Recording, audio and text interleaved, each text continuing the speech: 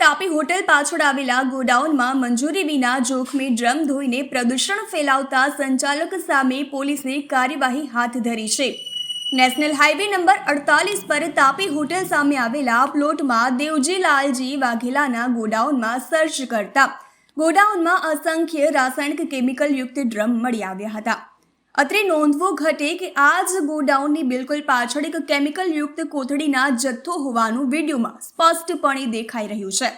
તો શું આ જથ્થો ત્યાં કઈ રીતે આવ્યો અને કેમ પડ્યો છે તે વિશે જીપીસીબીના અધિકારીઓ કે પોલીસે તપાસ કરી છે। એ પણ એક પ્રદૂષણ જ ફેલાવવાનું કાર્ય કરે છે તો તેની તપાસ કે તેના પર કાર્યવાહી કેમ નહીં તે પણ એક તપાસનો વિષય છે કે પછી એ સમગ્ર વિસ્તારમાં કેમિકલ યુક્ત થેલીઓ ધોવાણ કરીને સંગ્રહ કરવાનો પરવાનો આપી દેવામાં આવ્યો હોય તેમ હાલ તો ચર્ચાઈ રહ્યું છે। તહેલકા ન્યૂઝ સાથે રિપોર્ટર અવ્વી સૈયદ, અંકલેશ્વર।